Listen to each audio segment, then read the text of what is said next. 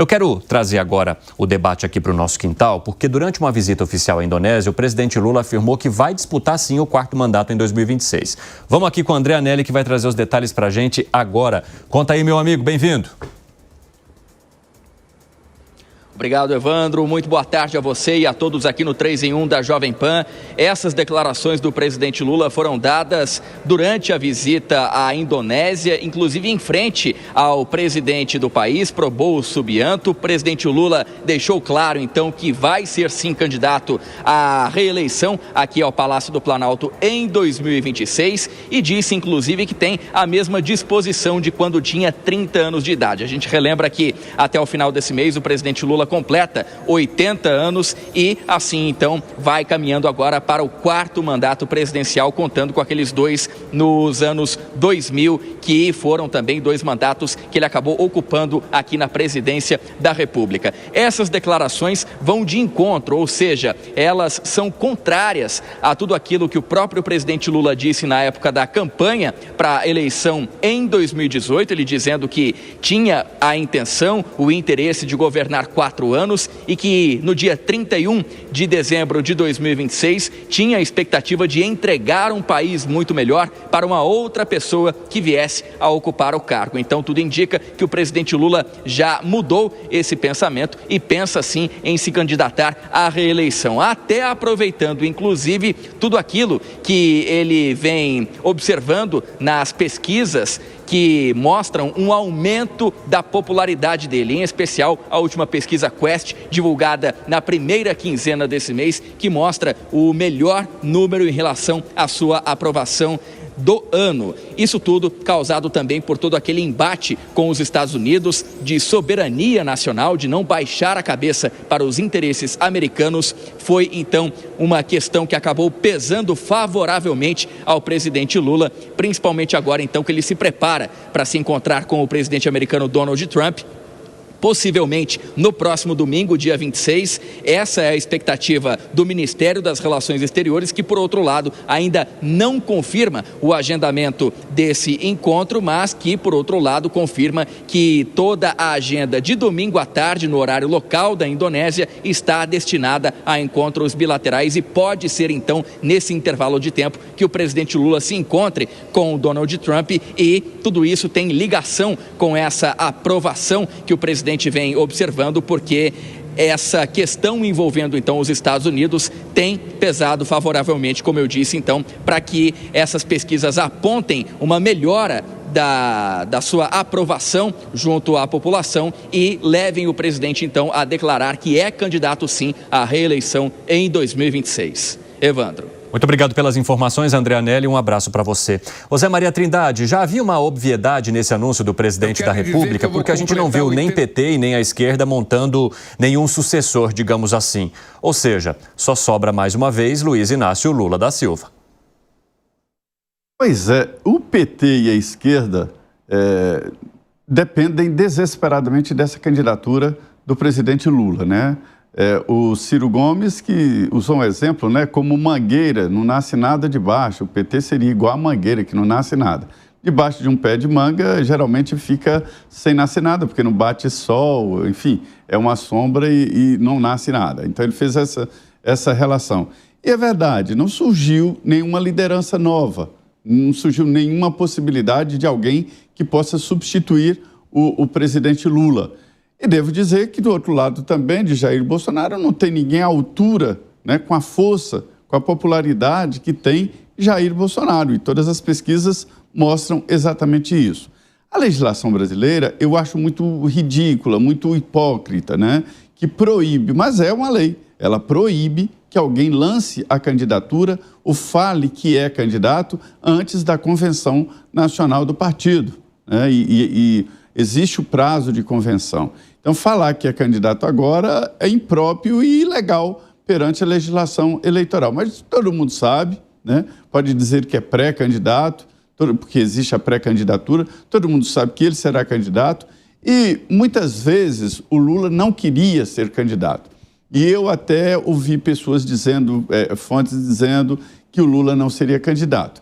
Até que um dia me disseram, olha, realmente, o Lula não tem mais aquele apetite, aquele tesão de governar que a gente via nos primeiros mandatos, né, que geralmente os presidentes têm. Hoje os despachos dele já são mais rápidos, ele vai para casa mais cedo e tal. Aí me disseram, olha, o Lula não quer, mas a Janja não quer deixar de ser primeira-dama do país, ou seja, ele será candidato. Está aí, é candidato sim, né, e já está em campanha e no palanque há muito tempo, né?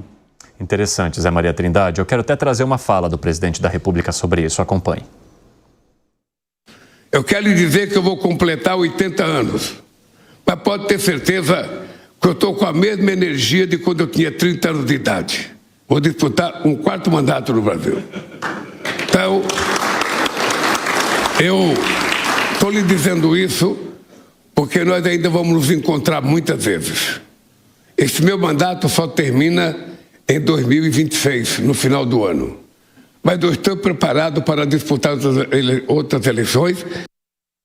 É interessante acompanhar a reação também de quem está ao lado do presidente da República, mas essa estratégia a gente já trouxe para vocês aqui no 3 em 1. Todo esse discurso do presidente da República para dizer que ele está cheio de energia, que ele tem quase 80 anos, mas se sente como se tivesse 30, tudo isso aí faz parte de uma estratégia de marketing muito bem desenhada pela equipe do presidente da República, exatamente para que não recaia sobre ele a mesma pecha que atingiu o presidente norte-americano que concorreu à reeleição, Joe Biden. Vocês se lembram. É claro que no caso de Joe Biden, a situação foi para a lama no momento em que ele se expôs em um dos debates em uma TV norte-americana, em que as respostas ficaram meio atrapalhadas, houve ali uma confusão do ex-presidente Joe Biden e isso acabou enfiando a campanha dele no buraco, trazendo Kamala Harris depois.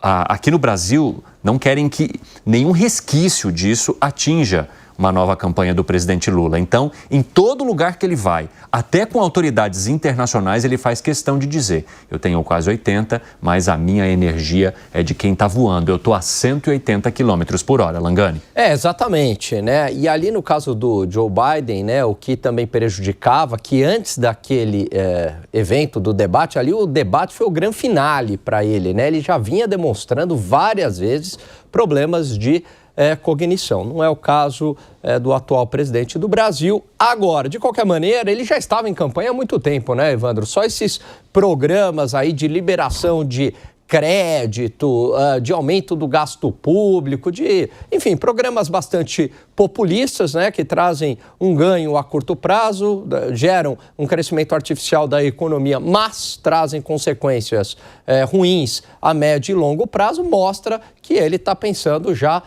estava pensando há muito tempo em 2026. Fala, Fábio Piperno. Evandro, eu lamento frustrar aí incautos românticos ou mesmo tontos em geral, né? Mas eu já sabia que o Lula seria candidato desde o dia 31 de outubro de 22. Desde o dia em que ele ganhou, ele já era automaticamente candidato à reeleição, como todos. Fernando Henrique Cardoso foi eleito para um mandato, mudou a Constituição, aprovaram lá a emenda da reeleição para ficar os dois. Muito bem. Mas lá atrás, Piperno, até havia um questionamento sobre a energia do presidente da República, né? Porque no começo do mandato disseram que ele estava mais encastelado, que ele estava mais distante das negociações, que ele não era o mesmo Lula articulador que se via lá atrás, que havia menos energia para aguentar uma negociação tão intensa. Essa atitude do presidente da República mudou nos últimos tempos também. Ele passou a protagonizar um pouco mais dessa articulação direta com o Congresso Nacional, até para demonstrar mais poder, rigidez e robustez ali no mandato. Mas lá atrás havia, sim, um questionamento sobre se essa falta de energia o levaria para mais um mandato em 2026. Eu diria para você, Evandro, que, na verdade, ocorreu sim um pouco disso no início do mandato, não por falta de energia do presidente, mas porque o presidente resolveu terceirizar boa parte de tudo isso aí que você citou, né, para os seus assessores, e muitos deles eram tremendos incompetentes, né? A coisa não andou e o presidente entrou em campo de novo. O presidente, eu sempre disse isso aqui, ele é o melhor articulador político que o governo tem, então ele precisou entrar em campo. Não vou nem citar os nomes de gente que fez parte do governo em 23 e 24, não, um monte de lerdos aí, né? Tinham lá uma velocidade paquidérmica para um monte de coisa e é óbvio que, por conta disso, o governo ficou, sim, muito comprometido em algumas pastas. Mas o presidente está aí, todo serelepe de novo, ativo. E assim, como todos os demais, candidato à reeleição. Quem eu menos acreditei que algum dia fosse candidato à reeleição fosse a Dilma, porque havia a perspectiva do próprio Lula tentar voltar em 14. E houve lá um movimento, volta Lula, até a Marta Suplicy, alguns empresários esboçaram lançar isso. E a Dilma, naquele momento, falou, eu sigo. E o Lula, né, meio que acatou isso aí. E deu no que deu. Agora, você vê, Bolsonaro tentou, né, o Lula de novo. É assim, como diz o Zé Maria, com muita propriedade, mandato de presidente não tem 4 anos, tem 8 com uma revalidação no meio. Pois é. Gente, eu quero só mandar um abraço aqui ao José Augusto, nosso telespectador lá de Curitiba, que sempre acompanha o nosso 3 em 1 e está de olho aqui no debate. Um abraço para você, Zé. Vamos lá, Bruno Musa, como é que você avalia essa permanência, né, e essa tentativa de manutenção do poder? Pela 4ª vez, então, Lula tentaria comandar o país. Bom, vamos lá, vamos tentar trazer, como sempre eu tento, exemplos reais aqui da rua, tá? Não me surpreende, obviamente, ele sair para a reeleição. Acho que o Peperno falou muito bem. É claro que o poder está aí para ser tomado ou mantido por quem o detém naquele momento. Então, a política, infelizmente, se trata disso e não de resolver problemas dos outros, mas sim de manutenção dos próprios privilégios. Isso eu me refiro a absolutamente todos eles, tá? Agora, também não me surpreende se ele mudar de ideia no meio do caminho, né? A política, no Brasil até o passado é incerto, na política talvez nunca tenha tido passado, e qualquer coisa, qualquer mudança de discurso é válido, mas eu acho, obviamente, que até o momento, com os dados que temos, tudo indica que sim, que ele irá para o 4º mandato. Mas quando eu comecei falando aqui da rua, de expressar um pouco do que está acontecendo no país, eu estava falando agora aqui, por exemplo, com um cliente que a gente estava fazendo uma alocação aqui do dinheiro dele. Ele é um empresário do interior de São Paulo, não é bolsonarista, posso afirmar. E quando eu mandei a matéria que justamente o Lula falou isso, a resposta dele foi, abre aspas, vai curtir a vida e deixa a gente crescer na nossa vida, pelo amor de Deus. O outro que eu estou falando aqui, que é o dono de uma pequena construtora, que está construindo algumas casas em alguns bairros de São Paulo, eles falou, não está saindo venda nenhuma. Essa insegurança é um absurdo, a economia está parando. Então, aqueles dados bonitos não se refletem no dia a dia. Isso é dado para sair em manchete. Agora, as duras penas, a economia está andando. Claro, você dá anabolizante, você dá estímulo, ela cresce. Mas a dor no dia a dia das pessoas, ela é latente. A insegurança, ela é latente, como eu mencionei. Sexta-feira eu estava no almoço com o próprio Fux, ele falando, o Brasil não aguenta mais imposto, e o Brasil não aguenta mais tamanha insegurança jurídica. Quem vai investir, aspas para ele, quem vai investir no Brasil dessa maneira? É normal que estejamos vendo uma queda significativa dos investimentos no longo prazo, são dados públicos dentro da balança de pagamentos do Brasil. Ou seja, os investimentos estrangeiros diretos não mais financiam o déficit em conta corrente, e isso tem acontecido nos últimos 3 meses. É claro que isso gera um impacto. Então, quando ele vai lá falar esse tipo de frase, mostra mais uma vez quem o Lula sempre foi, quem a política sempre foi. Uma manutenção de privilégio, uma manutenção de poder, através de enganar os outros com o seu próprio dinheiro.